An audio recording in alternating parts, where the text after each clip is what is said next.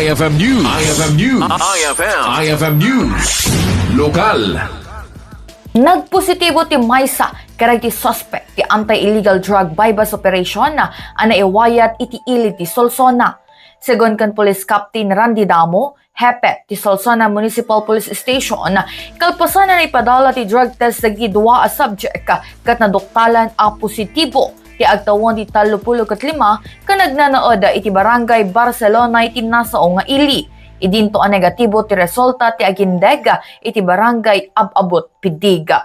Gapoy ti daytoy, manamnama may pisoka iti pagbaludan dagiti nadakamat a Suspek.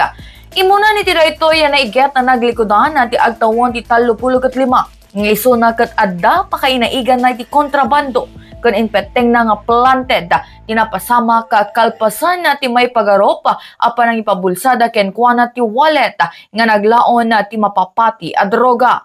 May palagip na aktuan nga naglako ti maysa sa siya mapapati a droga ti Suspek kan naalaan pay manipod iti ikot na ti dua sa siya ang naglaon mutlaang nga iti maipapati nga droga.